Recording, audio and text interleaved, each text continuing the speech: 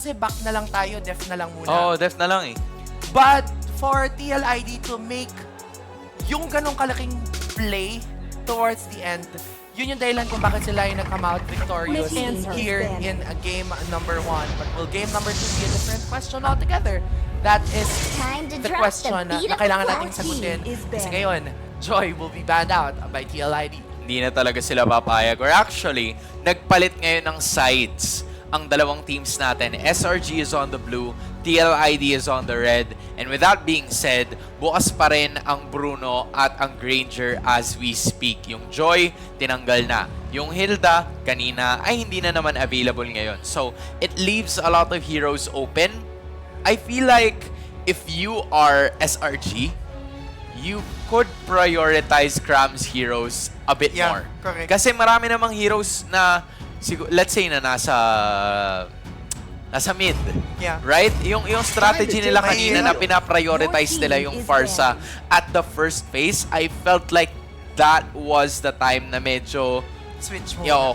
kumaba ng konti ang vapor ng Selangor Red Giants. Kasi naubusan talaga ng hero. Or maybe there were still some heroes na hindi lang talaga pinili. Like the Edith, like the Terizla. We were talking about this a while ago. Yeah, I think yung Benedetta pick really ay naging difficulty for the side of SRG. Not that it didn't contribute anything, but in terms of like synergy also, hindi na siya nag-dish out ng damage as you would have hoped kasi naka-tank build din siya. Yeah. And yung lineup na meron sila, kailangan ng magsusustain ng damage output in front.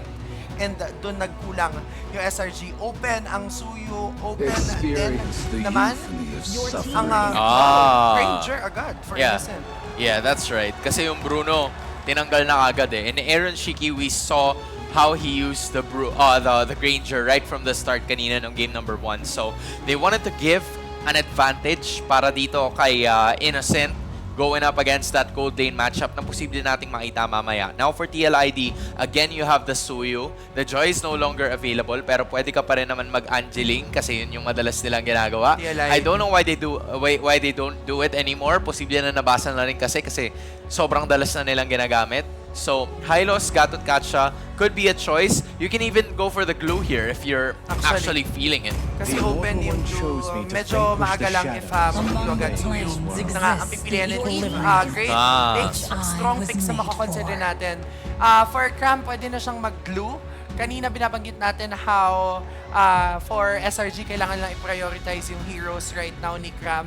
And I think so too. For Coach Arcadia specifically, pwede na silang kumuha ng isang hero ni Cram. And then, jungler para hindi na lang din maubusan ang si Sekais ng heroes. Pwede na silang mag-Hayabusa na pinang-counter out nila kanina nung laban sa Team Spirit against this Suyu. And great pick din yung Hayabusa if you're going up against an Eve. So, Haya, Gatot, pwede din. Actually, Phobius nga open ata kan. Ay, hindi, naban yung yan nga, Haya Glue. Kanina, nabanggit natin. Yeah, it's been a while since we've seen Cram use the glue. Parang bibihira nating makita na si Cram yung gumagamit ng glue. Pero Sekais using this Hayabusa, I'm sure the Malaysian fans are really looking forward sa kung paano niya gagamitin. But there is the Cho. I like the Cho pick here coming in from TLID kasi kahit paano nga, abangan mo na lang talaga eh kung nasan yung pwesto dito ni Sekais. And in addition, tama ka, si Widdy din yung gagamit nito. He's been using it all throughout their grand finals matchup kontra sa RRQ Hoshi. And he was able to use it again during the recent matchup na nagkaroon sila nung laglagan sa lower bracket. So he's gonna be using this the third time around, although TLID is missing an Aaron Shiki hero. And going up against a Granger, they're gonna have to think things through. Maybe a Beatrix would be very effective or a 1-1 gaya ng nasabi mo kanina. Yeah, 1-1 Bea, Harith. Great picks. Especially if meron pang Eva sa lineup, may possibility din na mag-Gatot Katsa pa dito. Itong side ng TLID. So, or Hylos, actually. Yeah, Hylos and the X. Boss pa, no? Open pa rin naman. So, the moment na nangyari, kinounter out na nila. Baka mamaya, mag-kufra ulit si Yums, no? Yums. But we'll see. Depende kapag magkaroon pa ng dashes. And again, kagaya na binabanggit ko kanina, medyo mahirap for the side of SRG kapag nag-high loss, high loss Hylos Harith, Eve. Tas may Eve tas pa. may Eve, kasi kumunoy literal, sobrang lagkit nung feeling if ganun ang magiging strategy for SRG. They could ban out one of those heroes. Tsaka yung Granger chick kasi, tsaka yung Glue, ano yun naglalakad parehas. Yes. So you don't wanna be in a situation na most of your composition coming in from your team ay naglalakad na haharapin mo yung kumunoy na meron itong Harith. side ng Team Liquid Indonesia. So there's a Harith. We like that ban kasi yun yung potential na idea na pwedeng gawin ng Team Liquid Indonesia here. Now they have the first pick. The Hylos is still available. They can pick it up if they want to. But the Moskov is gonna be their choice, which I feel like is okay. Yeah. Given na wala pa namang Farsa, wala pa namang pampigil talaga ng todo. So he will be able to join the team fights. I'm talking about Aaron Shiki while also dealing the macro game. Yung slow pace na game 1 nila kanina, it's gonna be Gagana sa effective with the Moskov. Moskov around. Exactly. Farsa, Valen, Vexana. But hindi ko kasi alam kung kaya i-maximize ng Vexana yung capability ni Stormy in terms of microhan. So I think either Farsa or Valen yung magiging choices na meron siya. Unless gusto nilang sila yung mag-Novaria, mag-Savior, but medyo unlikely na gano'n ang mangyari. In the Rome, Ruby, Kufra, yeah. Parang yun yung mga nakikita kong open pa. Khalid even, magandang pick. Vexana nga. Tapos, Ayun na nga, Kufra. Kufra. Tama. Yeah. Maganda yung Kufra din against a Cho. Cho and a Moskov. Yes, correct. Right? So, those dashes, kailangan medyo magtipid ni na Widdy at ni Aaron Shiki pagdating sa mga ganon. Hindi Kasi kayo. pag nahuli talaga sila in a difficult proportion, it's gonna be so hard para sa TLID blinkers kasi yung mga blink skills nila to actually move. Dashers. Right, dashers. Yeah, that's correct. So, ayun, with TLID, yung Hylos, it is still available para sa EXP and yung ginamit naman ni Aran kanina. So, at some point in time, pwede naman nilang gamitin ulit. Kontra sa Glue, yung Ruby, pwede rin maging available kung yun yung pupusuan nila. But a chip! XP Cho! A chip on the shoulders of SRG dahil ito ngayon ang makakaharap nila kontra sa TLID. Cho to the XP. Can TLID extend the series to 2-0 or will SRG be able to equalize? Casters, pasok. Wow, grabe yung dalawang teams natin. Talagang matindi ang labanan sa draft. Chip as a last pick. Medyo hindi mo na makita masyado yun, Athena. Hindi talaga. But of course, kami permasama nyo, Athena and Rockart, by the way, for the game number 2 ng lower bracket finals at ngayon ang laban ng SRG at TLID. Nasa dulo na to ng dila ko kanina. Sabi ko, what if may mag-chip? Sabi ko pa, what if dito sa TLID? Ano yun, lahat yun ay parang wishful thinking ko lang. Kasi parang, sabi ko, parang nakakaloka yun. Kasi kanina may Louie nga lumabas for the first match. Pero for the second matchup, somewhat refreshing ulit. Kasi it's a change of scenery here for SRG knowing na one game lost sila for this matchup. But still, race to 3 naman ito for a best of 5 series. Kaya simulan na ulit natin dito ang magiging laban nilang dalawa. SRG, meron din naman silang kanyang curveball, which is itong Kufra, na I think pangalawang pick pa lang in this whole of M6. At sila rin actually, ginamit naman na ito ni Yums, diba? Yes. And the likes of the Guinevere, lumabas na rin actually, ginamit na nila. Pero it's interesting to see na babalik ulit tayo, of course, ayan yung sheesh. Ayan na. Ang tunay na pambato, the ace card. Kailangan tumigil ka kahit Malaysia. anong sabihin mo pag nag-shish na siya eh. Oo. Napapatigil din ang mundo dito ng TLID. Napapatiis talaga sila ngayon. And Ay, really going down damay. first blood. Tapos buhay pa si Yums. That's a very good start para dito sa SRG. Pero si Cram, pwedeng hindi pa siya tapos. Pwede ba umabante to? At Teka lang, nakita na late natin slow. muli. Mas lumakasang sheesh doon kasi nakapatay. First blood. Nakuha na ulit. Sabi ni Sekais, parang hindi ako, parang nangihina ako pag di ako nakakuha na first blood. Naku po, Athena, yung crowd nagsishish na din. Grabe. What is happening? Ito nga yung sabi nga ni Chantal, may participation pala yun. Real life. Napakatindi. Yeah, and ngayon for TLID, somewhat na-shake up sila doon na, sasabay pala sila na maaga. Na-reset agad yung nangyari nung game number 1. And that's the thing. Yun naman talaga yung end goal. Attack this game by game. Rin talaga yung atake mo. Tama. And reset as well, especially here for SRG. Nakita naman natin yung nag-revolve din sila somewhat doon sa nagiging specialty din ni Innocent.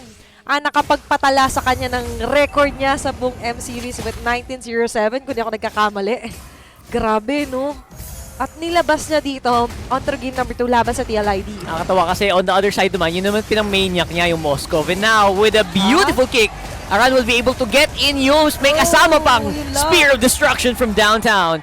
As a kill for TLID. And sinimulan na ngayon dito ni Cram na umabante ulit pero wala na siya masyadong backup. Ngayon si Sikay Saman going for the shadow kill. Pero tatlong miyembro yan na spread out yung damage will not be enough to take down anyone. And ang cute tignan ng TLID dito, parang after nila magwala doon sa turtle, parang gusto pa namin ng away, gusto pa namin ng away. Game pa, no? Pumunta sila doon kay Cram. At nagkataon, Cram also likes that.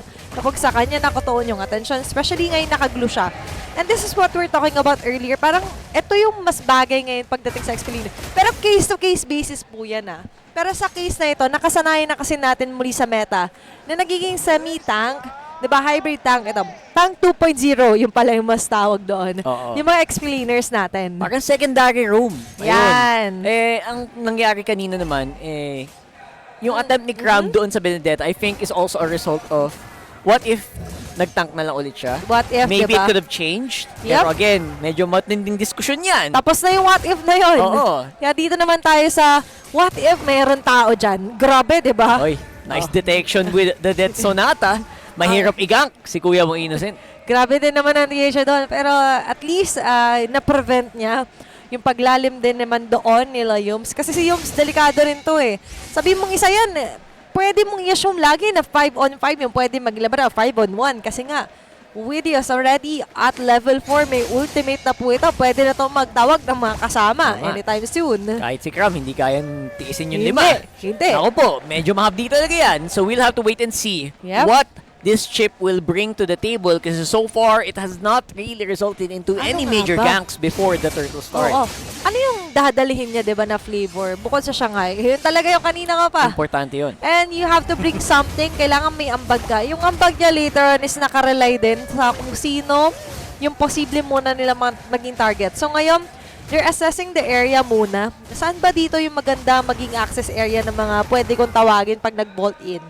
Pero as of now, SRG is preventing those kind of turnarounds. Bantay sarado yung bawat bush dito sa may bandang turtle pit. Ito mo kung maganda din to Actually, gamit na. Yung Ang Eternal layo Guard. pa. And now, yung sa baba naman, napagtitirpan nila sumakay. At yun, nadala. Sumakay! Doon, sa loob ng turtle pit. Okay! May bumiyahe at ngayon may niyakap. And there goes Ezekiel going Ganun down. pala yun! Ganun pala ang plano. Sabi niya, sasama ako sa biyahe nyo. Kasama ako sa plano nyo. Tapos may naiwan. And for SRG, somewhat may bago na naman silang na-improvise sa plano, pero sa pag-improvise sila, yata yung makakakuha pa ng kill. Okay, may naiwang nakanga doon sa baba. Balitang balita, mga kaibigan. Pero at least alam na ng mga audiences natin nanonood na pwede pala Pwede yun. pala yun. Pwede po yun. At Ayun. ngayon made possible, of course, SRG and TLID. Na ngayon makakakuha rin naman ng sariling turtle ang SRG following ang trans of Sakai's. Ngayon yung kaninang sabi ko, binabati ko na kada may neutral objective, patay siya. Ngayon, he really is careful Sobrang ingat na nga lang din sa mga pagsilip. Speaking of silip, Fabian ang kanilang sisilipin, hindi tatama yung Eternal Guard. Pero Aran, nice dodge coming in from Innocent. Muntikan ng Majit Kundo Flicker, pero he also had the correct prediction there for the movement. And si Weedy naman, walang mapapala din doon sa baba. And may for the spider meantime, senses matinding spider sense nun Tinignan ko kung gagana ba sa akin, tumayo yung mga balahibo ko. Pero kasi Innocent, no?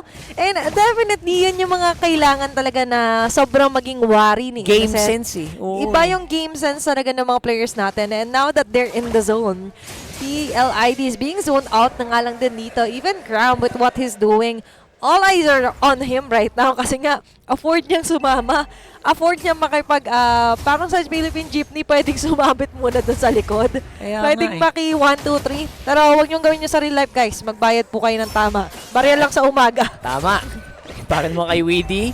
Again, anytime can be a 5-man fight. So, hindi din pwedeng basta-bastang mabante ang Selangor Red Giants. Kailangan maganda ang basa nila sa mapa. And TLID, looking like they're also game kung sakaling may mahuli si Aran.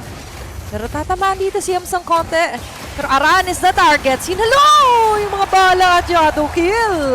Opo, hindi kahit isin ng isa. And right now, si Yums ang mapapatumba pa. There goes the glulets. May masasakyan ba si Kuya Kram? Looks like meron si Weedy ang napili. Pero babagsak din ang tropa nating glue. And for the meantime, si Aaron Shiki naman doing a pretty good job staying alive in the team fight. With Cram, as long as may nadadamay siya, okay lang. Nadadamay siya sa mga biyahe or may madamay siya dito sa hukay. Oo. It's a win for him. They'll take that. And for SRG, mas nakakasabay. Kasi kanina parang more on sila yung naghahabol. Sobrang reliant lang dun sa Sipa. Na by the way, ngayon may Sipa man sila Ran. Pero hindi lang kasi yun yung pwedeng panggalingan. You also have the surprise or element of surprise here para sa Winnie. Pero sa ngayon, ito na nga lang din magigihinte. Nandun nagtawag! Let's vote in! There's a skirmish hill. Chasing down Sekai. Si Sekai sa una matatanggal. Chrome on the other hand ay mag-split-fit. Nandun naman slam-slam. Kakapit. Saka sa bunutan sila Winnie! And there you go! SRG, 1 for 1. Pero mukhang sila ang mas medyo may konting bravado. Umaabante ngayon sa ilalim ng tore dito and si Kram. Once more on the front. Itong glue na to medyo mahirap matibag. Ay, ito na yung kailangan nila eh. That additional na somewhat initiate. And nakita natin, ang kunat na meron si Kram. Yes, you could take him down. Yes, mangangaray siya. Pero yung ilang segundo na makakapag-stay siya doon, na makapag-soak ng damage is enough para ma-deliver din ni Innocent and ni Storm yung much needed na kanina hinahanap natin na damage laban dito sa TLID. Na still, ngayon nakikita natin, eh pareho sila na payapa yung buhay. Hindi pa napapatay na TLID dito sa Innocent and even Stormy. And that is what is missing nung game number 1 kasi lagi silang naiistorbo sa natural habitat nila na mag-farm muna. That's true. And even in this sense, ganda din yung pwestuhan dito ni Aaron Shiki. And again, yung movement niya sa mapa despite so many possible kill potentials. And kita mo, here comes the shortcut. Engagement mula dito sa TLID. Innocent! Looks like it's gonna be going down with the Eternal Guard. Innocent trying to stay alive, pero looks like madadali na siya. Finally ni Aaron Shiki. 2-man knock-up mula dito kay Yums, pero may backup ba? Looks like it will be there. Pero their HP is also very low. Kram left all alone. Apat ang naghahating sa kanya. Kram tumatakbo na. Walang lingunan na to ha. Apat yung nandyan. At nandun pa rin yung Shishi, hindi niya malilimutan. But Fabian delivering yung final blow. 4 men down here for the side of SRG and TLID. Ayun yung sorpresang hatid nila. Sinugod bahay gang dun sa babae. Sugod bahay gang eh, tas wala nang galawan. At grabe yung mga double guards doon. Oo, mga guards. Kasi even Aran, and nakita na natin si Witty doon. Hindi na single-handedly sabihin natin sila lang yung nagzazone. But also, nag-layer sila ng sobrang ganda doon even for Yeskill. Oo. And Aaron Sheik is still, right now, is deathless. Hindi pa siya napapatay. Yung kaninang pinapansin ko sa SRG, tinantosan na TLID. Sige, Athena noted. Yung dalawa, oh yan, binigyan na nila ng tig-isa, Innocent and Stormy. Ang galing din nila Weedy tsaka nila Aran ditong sumalo basically. Oo. Nung mga shots dito ni Innocent. Yeah, and kala ko makaligtas pa doon si Innocent kasi grabe yung tumbling niya, grabe yung rondo niya. Movement eh, no? Lahat nung pwede niyang gawin to survive, The ginawa moves. niya na. Pero for TLID, all eyes are on him talaga. Knowing na anytime soon, naka-clutch play to. And alam naman natin kung gaano kalayo na yung narating ng mga clutch plays, clutch save ni Innocent dito sa SRG. And yeah, they're gonna need a lot of that. Kailangan mo ng sangkatutak na ganun kasi ngayon Team Liquid Indonesia 3,000 na naman ang kanilang lamang. Ang laki na naman ito. And ngayon, malaking pagsubok din for SRG is nakukulong na naman si Sekais dun sa sarili niyang zone. Not really fully utilizing yung meron sila mga kills. Pero sa ngayon, sila yung mas na-utilize dito na TLID. Sekai sa gilid. Nahuli! Nandun yung pader! Pumlike! Ito, medyo nalita din yung Eternal Guard. There's just no counterplay mula dito sa SRG sa ngayon. And si Aaron Shiki, free hit na naman dun sa Moscow doon sa baba. Trabaho lang. Here comes the shortcut just to make sure. Nagmamadali. And si Fabian nasa harapan nung washing tanggal na naman ang isa para sa SRG. They're rushing it. Grabe. They wanna go for the win. Oh no! At ngayon, for TLID, mukhang posible para makabasag sila ng isa pa tardy sa may bandang gitna. Kram and Innocent. What are they going to do? Aabot din naman dito sila Yums. But look at the damage. Look at what's left onto their base. Isang base turret na lang sa taas ang mga titira here for SRG. whilst ang TLID, nung sabi ko kanina pumapantay yung SRG, parang mas okay, 50-50 yung game na to. Sabi niya, wait onto the 11 and 12 minute mark. Mababawi na naman nila yung lead and dominance sa laban na ito. 7,000 na ang lamang dito ng TLID.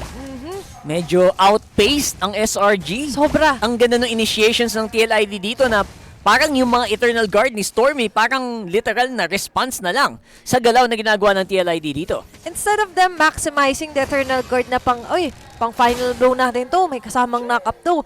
Instead, parang nagiging pang-escape nga nila as you mentioned. Yung panic button no? Ayun and hindi mo gusto sana na maging panic button itong Eternal Guard as much as we want na makita yon. Pero kasi for TLID, they're creating so huge na mga spaces in between the maps na napipilitan yung SRG na magsama-sama. Hindi nila afford na may mag-isa kasi nga katad natin, lagi mong i-assume it's a 5-on-5 or 5-on-1. Kung nag-iisa ka, 5-on-1 na pwedeng sumugod sa'yo because of the beauty na meron nga silang Weedy with the chip. Ngayon, 7-11 yung ating kill score. And very convenient ngayon for TLID yung lamang sila dito sa Tama. Lord Pit and as well as a vision onto the map. Nakatingin din sila kay Ship pa kasi may Y-Walk yan. Y-Walk passive doon na pwede siyang Grabe yung lumabas sa global ilalim. presence, no? Exactly. Kasama pa niya ngayon, yung Moskov. Eh si Hiroshiki sabi niya, hindi man ako makasama mamaya sa biyahe. Kaya yung sumabit mag-isa with just a Spirit of Destruction na mag-hit. At SRG, he could definitely go when he's needed. Pero ngayon, nararamdaman natin yung pang-babox out nila dito kay Innocent. Yung Lord ngayon, grabe, ang bilis natutunaw ng TLID. Innocent trying his best to keep their HP low and going for the retribution blow. It's gonna be Fabian pa rin naman hanggang dulo. Agal. And ngayon, medyo damage control ang SRG dito. Kasabi Si ko guys, lang. ako po walang pwesto, hindi kayang gumo for the kill. Innocent with a shutdown on Aaron Shiki. Pero magiging sapat ba yun? Oh, it's a double! Aran goes down as well. And now, nagsisigayan na sila. Maligaya dahil sabi nila, ito na ba yung breakthrough? Ito na ba? For Tatlo! Select Red Giants, eliminating 3 members and at the same time able to defend their turret as well. For SRG, sobrang tricky ng sitwasyon na yun kasi sabi ko, nakaangat yung minion wave ng TLID. But other members, hindi naman yun yung naging end goal nila na, oy, teleport mo ko dun, tapusin natin. But instead, na-prioritize pa rin dito somehow yung pag-protect mo nila onto other members and waiting na mabuhay dito even sa Aaron Sheik and Aran. Pero yung Lord na nakuha ng TLID, mabilis pa rin naman matutunaw dito ng SRG. Kaya nilang i-dispatch yan. Kaya pa? Especially with the amount of that. And survivability ni Innocent, I'm actually surprised na isa pa lang yung deaths niya dito. Yep. Despite halos lahat ng TLID pwedeng mag-ano sa'yo pwedeng mag-collapse sa'yo. Pwede sa kanya Naiwasan na niya. And kanina na surprisingly, piso na nga lang yung buhay niya, di ba? And able to commit that shutdown kill onto Aaron Shiki. It's a great thing. It's a big thing para po sa SRG. Kasi doon natin mapapansin, doon natin mas mararamdaman, may firepower na pangsagot dito yung SRG. So, in terms of firepower, nakita naman natin, ito muli tayo sa sitwasyon na hindi naman nahuhuli si Innocent onto the head-to-head dito kay Aaron Shiki in terms of damage and items. And for other members as well, nandyan pa rin naman yung capability ni Stormy nga na mag-deliver not only ng mga pang-verify but also that much needed damage pag na-layer nila na maganda with Eternal Guard. Pero isa kasi talaga sa malaking istorbo at sobrang garbong mga moves dito for TLID, nanggagaling din talaga solely doon sa mga pantawag na meron si Weedy. Doon talaga sa vault-in na meron sila. Diba sa Y-Walk and even sa shortcut. Sobrang laking factor nito for TLID. Global presence na nga kasi yung yung shortcut Tapos may Spear of Destruction pa doble-doble. Parang may wave yun yung mga balays kayo. Oo. Kahit tumaas kasi yung CD, yung cooldown, pero kasi the idea is still there. And Advantage pa rin. One time, big time man yun. Oo. Pero pag dating kasi ng ibang mga members, sabihin natin, si Weedy kailangan niya muna matras, may part sa TLID na kaya nilang mang-isolate ng isa pang member doon ilayo kasi nga meron din silang Aran. Ang ganda nung layer nila dito but it's up to SRG to peel off these layers. Pero kita mo naman, di ba? Kahit ganun nga kaganda yung composition dito ng TLID, inahabol pa rin naman ng Selangor Giants just because of pure macro and positioning sa mga team fight. It's all about the improvised plays here for Innocent as well. Kasi hindi mo naman maplano agad or matatumbling ako mamaya dito, mag-purify ako. Tama. And nakikita natin ngayon, yung somehow naging aware din sila doon sa capability na kaya naman nating i-peel off yung mga humaharap sa ating for TLID. What's the problem? Sa ngayon, nakikita natin na nalilito. Sobrang limited na magiging galaw nila kasi nga sobrang laking bagay na nabasagan kayo ng Torre this early. At kailangan nilang bantayan lagi kung naasan nang gagaling, saan pumoposisyon si Weedy at si Aaron Shikens. Speaking of which, ito na nga lang din yun. The 5-man collapse once more gamit ang shortcut, pero weirdly enough, nakapwesto naman na sila. So it wasn't really that much needed. Pero ngayon, SRG, tinatansya lang, pwede ba tayo mag-G? Tama ka naman doon. Pero sa ngayon, ito yung tatamaan muna.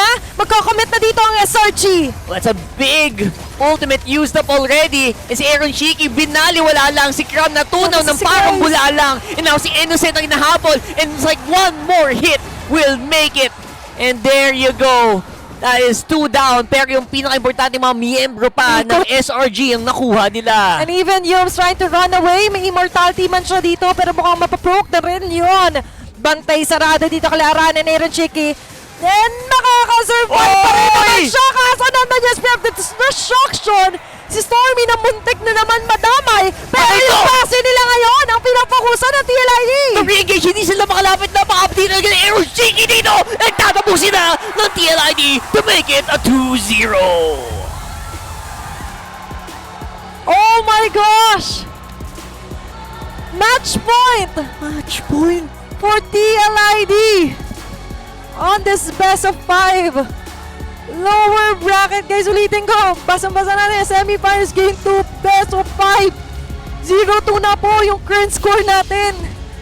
Real na real to. This is a dream. This is a dream for the TLID fans on the stadium. What is happening right now? Lumalamang tayo. 2-0. Isa na lang. At Grand Finals na sila. And even the Cavaliers, yung mga cheers nila kanina, parang confused, sisigaw na ba tayo? Diba? Nanalo tayo doon? Nanalo tayo! And just like that, TLID secures 2-0 pa laban sa SRG. Pero guys, hindi pa po tapos yung matchup na to. We still need one more win to secure the final spot sa Grand Finals kung saan nag-aantay ang Fnatic Onyx Philippines. That's right. Throw it over to our panel para medyo himay-himayin doon at hihinga muna kami.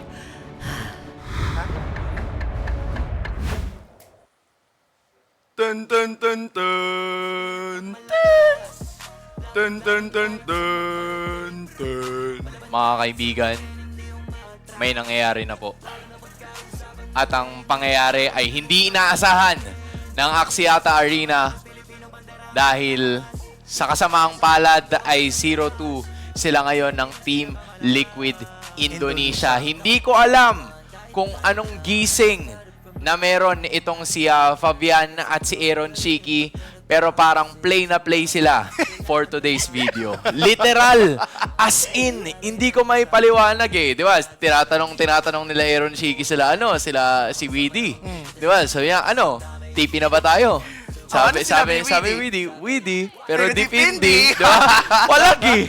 As in, promise, hindi ko ma-explain. O, tinan mo, hindi kang pa mahulog. Okay lang yan. Oh man. As in, nanonood ako kanina guys, nandyan na naman ako, promise. Nandyan na naman ako sa sahig, iniisip ko, shucks, totoo ba talaga? Is this really happening? Is this true stone? Totoo Yes. ba to? Di ba? Parang, wow. Wala eh. TLID Hindi ko alam kung paano ko siya ipapaliwanag, legit. now at match point.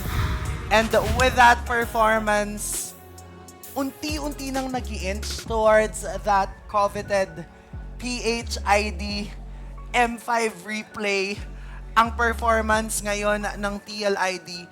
And you know, the moment napiliin ni Coach Saint De Lucas yung chip, I knew it was over. Yeah. Parang nandun tayo sa point na dahil na-overlook probably or like hindi masyadong in-expect ng coaching staff ng SRG or ng SRG themselves na may possibility na i-flex yung Cho into the XP. That's when it started. Weedy. Weedy. Weedy. Weedy Yun talaga. na yun eh. Witty siyang mag-chow. Witty din Witty siyang siyang mag-chip. Diba? Yes. Witty. Kaya depende talaga kung ano yung galaw na Yeah. gagawin ni Coach St. Lucas dito for real. Yeah, and hindi man masyadong nagre-reflect no in terms of the KDA. 066 dito itong si Weedy. But the impact that he has made macro-wise was a lot. Mostly because may existence ng shortcut, may existence ng why walk? Kaya naman hindi naglalakad yung mga miyembro ng TLID and i-add mo pa yung fact na Aaron Shaky, yung mga... Bakit? Isipin mo natitipid ni Aaron Shiki yung spear niya. Exactly. Para magte-teleport na lang siya papunta, okay na, all good. Tapos Tapos, gagamitin niya na lang pang yun. micro. Pang micro. So yun yung nagiging added threat. Yes, for SRG, Innocent, again, very wonderful performance. And Cram, I think relative to game number 1, this was a better showing coming from him. But in terms of like, the decisions made by the team macro-wise, hirap yung koponan ng SRG na mag-split push, talking about Sekais, kasi may tendency na mag-vault in ang koponan ng TLID dahil nandun si Wiggy sa side lanes. And yun yung beauty na meron yung isang chip all throughout the match. Kanina pinag-usapan namin ni Hans kung gaano nagiging difficult the moment na ma-open yung Hayabusa for Sekais. And ang naging sagot ng TLID doon na kahit nakuha ni Sekais early to mid-game reflected in the turtle count, it didn't matter that much because again, macro-wise, late game-wise, TLID ay always lalamang dahil naka-Moskov na sila. That alone gives them a huge map presence. Add mo pa yung fact na naka-chip sila. So yung map presence nila times 2 times 2 times 2. Kung ilang times 2 yun, hindi ko na alam. Pero ganun yung napakita natin and nakita natin. But our MVP of the match is Aaron Shiki with that wonderful Moskov performance. Pinagsisisipat mo ba ako, boss? Oo. Tama naman na. Sabi ko sa'yo, sibat ng pasasalamat talaga pag Moscow eh. Just a tremendous performance coming in from Aaron Shiki. Umabot nga sa point na yung only death niya, yun yung time na naka-micro kill, naka-micro Innocent. siya doon kay Innocent. And again, I believe that was Stormy, another damage dealer na kanilang nakuha. And I just have to say na nakuha ng Selangor Red Giants yung idea ng Same ng ginawa lang ng first. idea ng lineup nila. They Yes. got the early game kasi nakakuha sila ng turtle, which was entirely different from the times na nakita natin on game number 1 na talagang doon sila medyo hindi nagkaroon ng magandang kapalaran. But what happened here, I think is, you're right, yung map awareness, the map presence, given the fact na kailangan pa rin kasing mag-alay ng SRG ng buhay nila just to be able to check pushes. I feel like the Kufra, yes, it was effective in like the early portions of the game. Pero isipin mo, kaya nakakaasim si Aran. Kaya nakakaasim yung ibang mga members ng Team Liquid Indonesia because they are sure, they are for certain na kung sino yung mga nandun sa team fight, yun at yun lang talaga yung makikita nila. Because other people have to take care of the other lanes. And habang inaalagaan ng iba sa mga members ng SRG, all they need to do was to just release the teleportation device na meron yung chip.